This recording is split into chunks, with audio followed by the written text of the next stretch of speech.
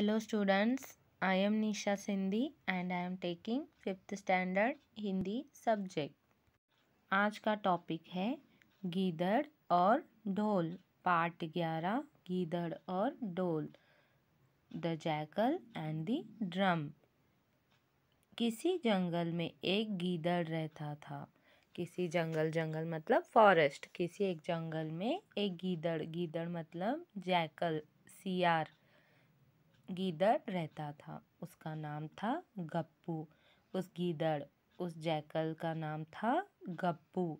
एक दिन गप्पू को बहुत भूख लगी थी। एक दिन क्या होता है, उस गीदड़ जिसका नाम गप्पू था उसे बहुत भूख लगी थी। भूख मतलब हंग्री, उसे बहुत भूख लगी थी।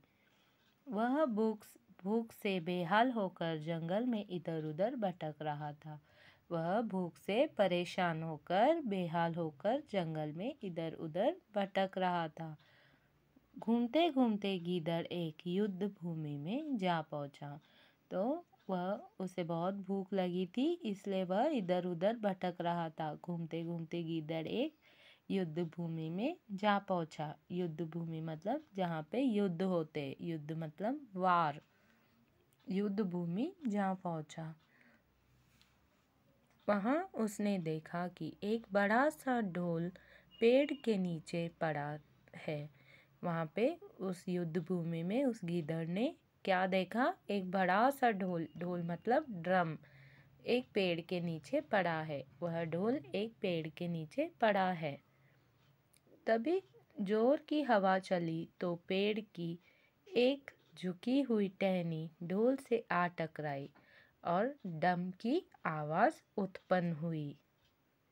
तभी क्या होता है, वह जोर की हवा चलती है और वहाँ उस पेड़ की एक झुकी हुई टहनी मतलब शाखा, उस पेड़ की झुकी हुई शाखा या टहनी ढोल से आकर टकराती है। वह नीचे गिरकर ढोल से आ टकरा जाती है और ढोल से डम की आवाज़ आती है। ढोल से डम की आवाज़ उत्पन्न हुई। अब गीदड़ ने ढोल के चारों ओर घूमकर उसका मुआयना किया और पंजों से उस पर थाप दी।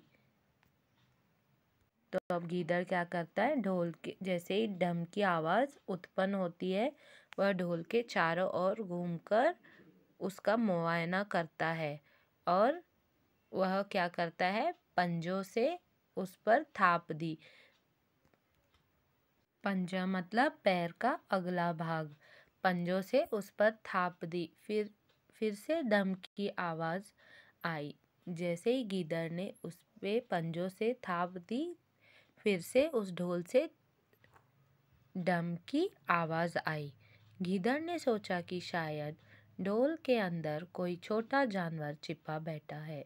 तो अब यहाँ पे जैसे ही ये आवाज़ डम की आवाज़ उत्पन्न होती है तो गीदड़ सोचता है शायद इस ढोल के अंदर कोई छोटा जानवर छुपा बैठा है जो उसका आहार बन सकता है। पहले ही गीदड़ को भूख लगी थी तो वह सोचता है कि शायद इसमें ढोल में कोई छोटा जानवर छुपा बैठा है जो पंजा मारते ही आवाज़ उत्पन्न हो रही है। तो वह सोचता है कि वह जानवर उसका आहार बन सकता है। लेकिन उसे ढोल बेहद मजबूत प्रतीत हुआ। लेकिन वह ढोल बेहद मजबूत था। अब गीदड़ ने अपने पंजों से ढोल पर लगातार थाप लगाना शुरू कर दी। डम डम की आवाज़ पूरे जंगल में गूंज उठी। तो अब वह ढोल बहुत मजबूत था तो इसलिए गीदड़ क्या करता है, अपने पंजों से ढोल पर लगातार थाप लगाना शुरू कर देता है। तो इससे क्या होता है, डम डम की आवाज़ पूरे जंगल में गूंज उठती है। यह आवाज़ सुनकर एक तेंदुआ वहाँ आ पहुँचा। तो अब क्या होता है, ये डम डम की आवाज़ सुनकर एक तेंदुआ वहाँ आ पहुँचता है। उसे देखकर गीदड़ बोला, महोदय, लगता है कि इस ढोल के भीतर कोई जानवर छिपा है। तो अभी जब वो तेंदुआ वहाँ आ पहुँचता है तो गीदड़ उसे भी कहता है कि लगता है इस ढोल के भीतर कोई जानवर छिपा बैठा है। आपके पंजों के नाखून तो बेहद पैने हैं। आपके पंजों के नाखून तो बहुत बेहद ही पैने हैं। आपके पंजों के जो नाखून है, गीदड़ बोलता है तेंदुए से, आपके जो पंजे के नाखून हैं वह बहुत ही पैने हैं, मतलब बहुत ही नोकीले हैं। आप इसे आसानी से फाड़ सकते हैं और ढोल के अंदर बैठा जानवर को अपना आहार बना सकते हैं। तो गीदड़ कहता है तेंदुए से, आप इसे आसानी से अपने नाखूनों से फाड़ सकते हैं और ढोल के अंदर जो जानवर बैठा है उसे अपना आहार बना सकते हैं। आहार मतलब अपना भोजन, खाना बना सकते हैं।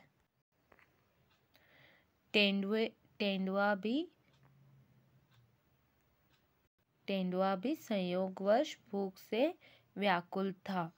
उसने अपना भारी पंजा ढोल पर दे मारा।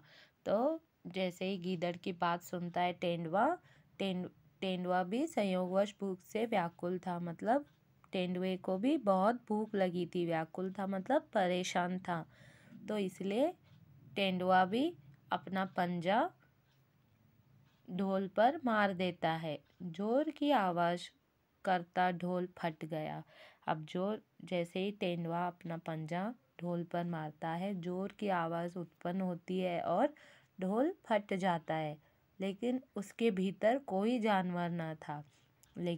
उसके अंदर कोई जानवर न था। उस ढोल की आवाज़ आ रही थी जिसे गीदड़ ने मन में विचार किया कि इसके अंदर कोई जानवर हो सकता है जिसे वह अपना शिकार बना सकता है। लेकिन उस ढोल के अंदर कोई जानवर ना था, उस ढोल की आवाज़ ही आ रही थी। तो उस ढोल के भीतर कोई जानवर ना था। खाली ढोल देखकर तेंदुए को गुस्सा आ गया। अभी जैसे ही ढोल फट गया, उसके अंदर कोई भी जानवर ना था। वह खाली ढोल देखकर तेंदुए को गुस्सा आ गया। वह गीदड़ से बोला, तुमने मेरा समय बर्बाद किया है। अब तेंदुए को बहुत गुस्सा आ जाता है क्योंकि वह पहले ही भूख से व्याकुल था। और वह गीदड़ से बोला, तुमने मेरा बहुत समय बर्बाद किया है। बर्बाद मतलब नष्ट किया है। ढोल के अंदर कोई जानवर नहीं निकला। ढोल के अंदर कोई भी जानवर नहीं निकला। अब मैं तुमको ही मार कर खाऊंगा। अब तेंदुए को गुस्सा आ जाता है। वह बोलता है, तुमने मेरा बहुत समय नष्ट कर दिया है। ढोल के अंदर तो कोई जानवर नहीं निकला जिससे मैं शिकार कर सकूं, तो इसलिए अभी मैं तुम्हें ही मारकर खा जाऊंगा। कहकर तेंदुए ने जोरदार झपटा मारा और गीदड़ को मारकर चट कर गया। तो तेंदुआ इतना ही कहता है कि मैं अब तुम्हें मारकर तुम्हें ही खाऊंगा। इतना ही कहकर तेंदुए ने जोरदार झपटा मारा और गीदड़ को मारकर खा गया, चट कर गया। तो बच्चों, अब समय है होमवर्क का।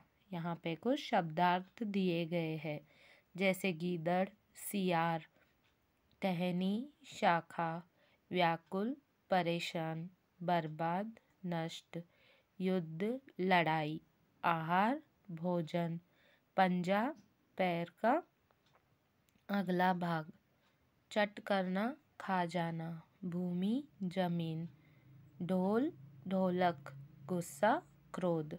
इन सभी शब्दार्थों को अपने हिंदी होमवर्क नोटबुक में लिखो और व्हाट्सएप पे सेंड करो। Thank you.